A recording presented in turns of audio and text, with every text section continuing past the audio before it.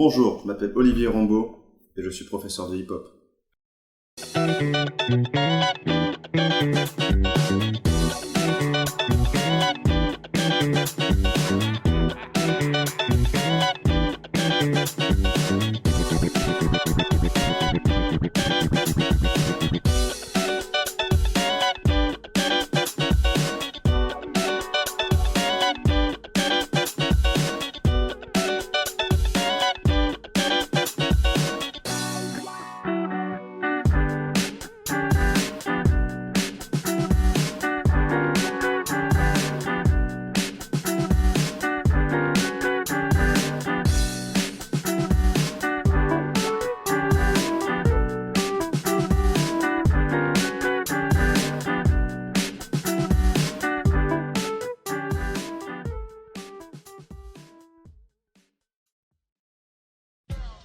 Alors, je suis professeur de hip-hop, j'entraîne, je conseille et je forme des danseurs aux différents styles que compose la danse hip-hop, aussi bien en debout, en sol qu'en acrobatie, parce qu'on fait aussi beaucoup d'accro.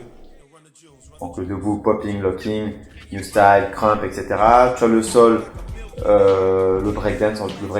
En sol, tu n'as que le breakdance qui est vraiment popularisé, etc. En debout, tu as aussi la house, c'est bien. Et donc, t'as pas vraiment de définition du hip-hop. Le hip-hop est très très vaste, tu as plusieurs styles de danse. Le popping qui va se danser debout, tu auras des mouvements de vagues, de blocage, etc. Ça va être vraiment plus sur le contrôle psychologique. Et puis tu auras le breakdance qui va être au sol, qui consistera tout simplement à faire des mouvements acrobatiques au sol, tout en étant musical. Et ça s'approche de la gymnastique, de la capoeira, des films de kung-fu, voilà, tout ce genre de choses. Le hip-hop, c'est d'abord une culture. Parce que la plupart des gens pensent que voilà, hip-hop égale danse. Non, pas forcément. Le hip-hop, c'est une culture. Ça regroupe la musique, la danse, le graphe, plein de choses. Et toutes ces choses évoluent ensemble. C'est-à-dire que la danse va évoluer avec la musique. Donc elle va évoluer par rapport à la musique. Le graphe et tout ça aussi vont évoluer, vont être influencés par le milieu du hip-hop, donc cette culture. Après, en parlant du hip-hop et de la culture du côté de la danse, donc le hip-hop, la danse, c'est né à New York. Ça, la plupart des gens le savent, je pense. C'est né à New York et ça a été popularisé dans les années 1970 par la Zulu Nation. La Zulu Nation qui est un groupe de musique à la base et qui est un groupe de rappeurs qui faisait du miking à l'époque et qui par la suite a popularisé un groupe qui s'appelle donc les Zulu Kings, le premier groupe de hip-hop qu'il y a eu, qui a été popularisé par eux. Et puis après, c'est arrivé en France, on a eu à chipper, à choper dans les années 1980, si je ne me trompe pas, avec Sydney. C'était une très très bonne émission d'ailleurs, il y avait Rocksteady Crew qui faisait Rocksteady Crew, Dynamic Rockers et d'autres qui étaient déjà passés dans cette émission-là. Et ils faisaient vraiment venir les gens de loin pour populariser la culture, etc. Et c'est comme ça qu'est arrivé en fait le hip-hop en France, quoi. Aujourd'hui, oui, je peux dire que le hip-hop a beaucoup évolué. Parce qu'à l'époque, si tu veux, la musique n'était pas la même. Donc le hip-hop a déjà évolué avec sa musique. Aujourd'hui, tu retrouves de l'EDM, de la dubstep. Tu as tellement de styles musicaux que tu les comptes plus. Quel que soit le niveau à laquelle tu pratiques la danse hip-hop, tu vas forcément garder la forme. Que ce soit à un niveau pro, à un niveau intermédiaire, même à un niveau novice. L'essentiel, c'est de pratiquer. Et tu vas garder la forme, pourquoi ? Parce que tu vas travailler cardio, tu vas travailler la souplesse musculaire, tu vas travailler la tonicité musculaire, le gainage, etc. Donc oui, ça te permettra de garder la forme. Au niveau psychologique, tu vas aussi gagner énormément. Tu vas gagner en tranquillité psychologique, en confiance en toi. C'est même la première chose moi, que j'ai eue, c'est la confiance en moi. Tu te rends compte que tu es capable de faire des choses que tu n'étais pas capable de faire auparavant, si tu veux.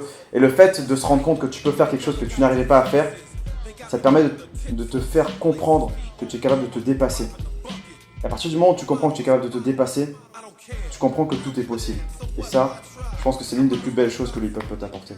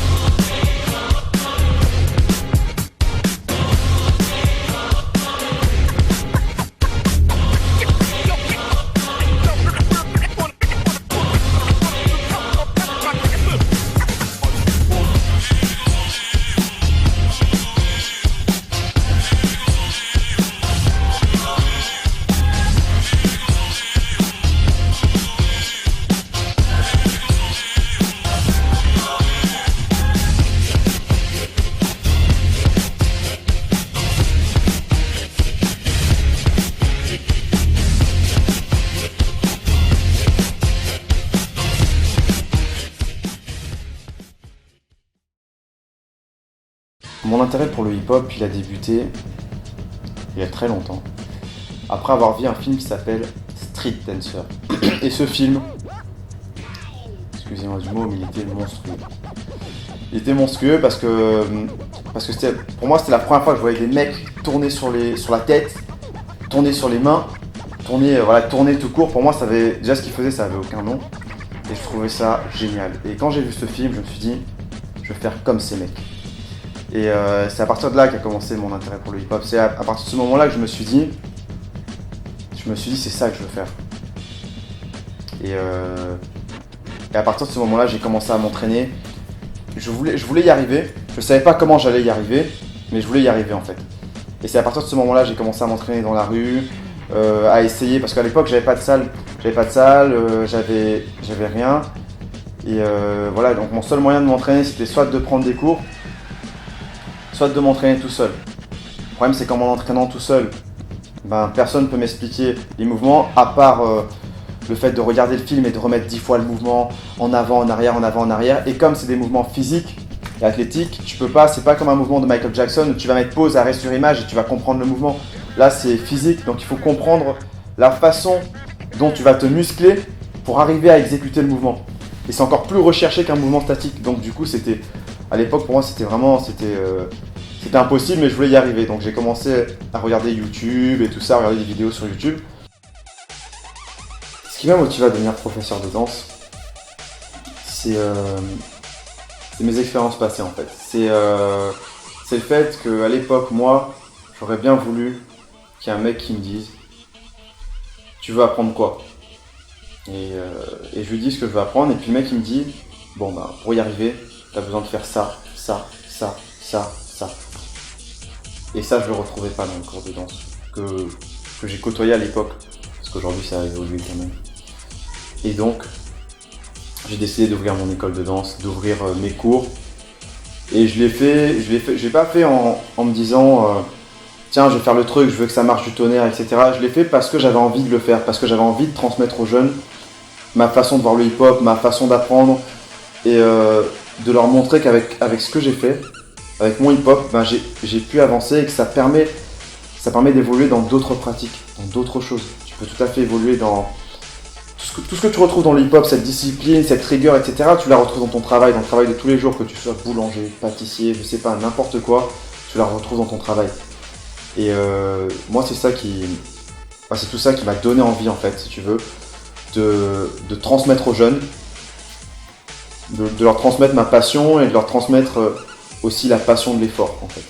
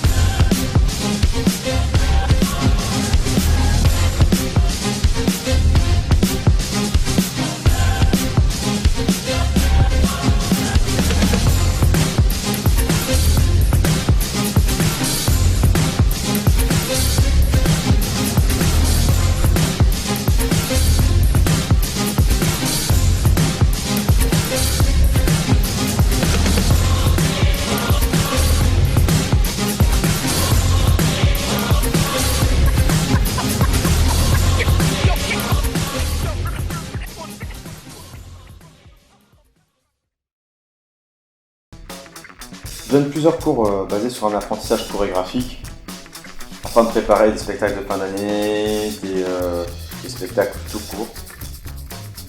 Et je donne aussi des cours avec la fameuse pédagogie dont je parlais tout à l'heure, basée sur le développement et le dépassement de soi et sur l'élève en particulier. Oui, j'aurai plusieurs élèves dans mon cours, mais je vais travailler vraiment sur l'individu, sur l'élève en lui-même. Et je vais essayer d'en tirer quelque chose, de lui faire développer sa propre danse. Parce que je pense que chaque être humain a une danse, a un mouvement en soi. Et c'est ce que je vais rechercher en fait. Je vais rechercher dans l'élève à, à ce qu'il puisse s'exprimer, à ce qu'il puisse exprimer son mouvement, car chaque mouvement de chaque personne est différent des autres. Et par contre, on fera pas de spectacle de fin d'année, on va bosser que sur ça. Et par exemple, je sais pas, on va travailler un mouvement comme en break, le Thomas. Le Thomas, on mettra, si on doit mettre 6 mois sur le Thomas, on mettra 6 mois sur le Thomas tant qu'il n'a pas, on le fait. Ensuite, on n'a pas de spectacle de fin d'année, certes, mais on fait par contre des battles, c'est-à-dire que moi je les prépare, première année on fait rien, deuxième année en général on fait pas grand chose non plus, et en début de deuxième année, en fin de deuxième année plutôt, on commence à faire les battles, donc moi je les prépare, je monte des groupes, je les mets en battle, régional, national, etc. Et en fonction du niveau, ils peuvent même aller en battle international, pourquoi pas. Les structures dans lesquelles j'exerce en général, donc c'est les écoles, les théâtres, etc. Donc en fait, je donne des cours afin de préparer un spectacle de fin d'année, souvent, ou un spectacle tout court, ça dépend pour qui je travaille. Puis je donne aussi des cours particuliers, donc ça c'est vraiment pour les gens qui ont un certain nombre de moyens, qui n'ont pas envie de faire le cours dans la salle, etc. et qui ont honte. Ou ça peut être aussi pour un groupe d'amis, par exemple à 5, ils se cotisent tous et ils payent le cours, ils passent une heure de cours sympa, mais ils ont envie de faire ça à la maison ou chez un de leurs collègues, mais ils n'ont pas envie de faire ça en salle. Donc ça peut être pour ce genre de personnes-là aussi. Et puis je donne mes cours avec ma fameuse pédagogie, ça je les donne aussi en cours particulier, il n'y a pas de souci. Et mes cours aussi avec ma fameuse pédagogie pour les jeunes et les adultes, parce que je fais tous les âges. Je les donne à Cagnes-sur-Mer, donc dans ma fameuse salle au Croc de Cagnes. On va travailler soit du renforcement musculaire, soit de la coordination motrice. Pour le break, on va travailler du renforcement musculaire, ce qui est indispensable.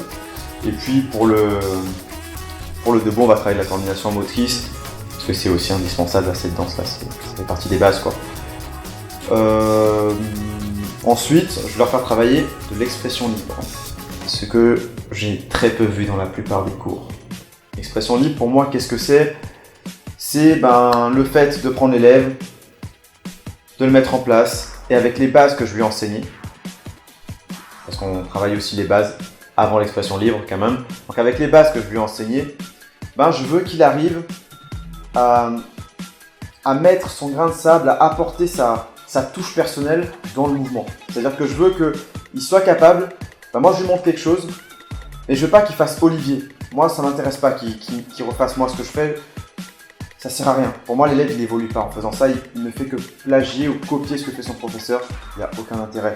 Donc moi ce que je veux c'est que l'élève puisse créer son mouvement, puisse sentir, parce que j'en suis sûr que tout le monde en est capable, puisse sentir qu'il est capable, lui, d'avoir un mouvement propre, d'avoir une façon de bouger qui lui est propre, de développer ses propres moves en fait, d'être capable de s'exprimer avec son corps, mais de sa façon à lui. Et pour finir, en général, on fait un battle où j'invite, ça c'est très important, j'invite les parents des élèves, sauf si c'est les adultes, à venir regarder le battle, parce que je veux que les enfants aient l'habitude d'avoir un regard porté sur eux pendant qu'ils dansent. Ça leur permettra, c'est ça qui va leur faire gagner la confiance en fait. La confiance, ça viendra du fait qu'ils auront l'habitude de subir le regard des gens. L'habitude de subir le regard des gens fait qu'au bout d'un moment, tu t'en fous en fait.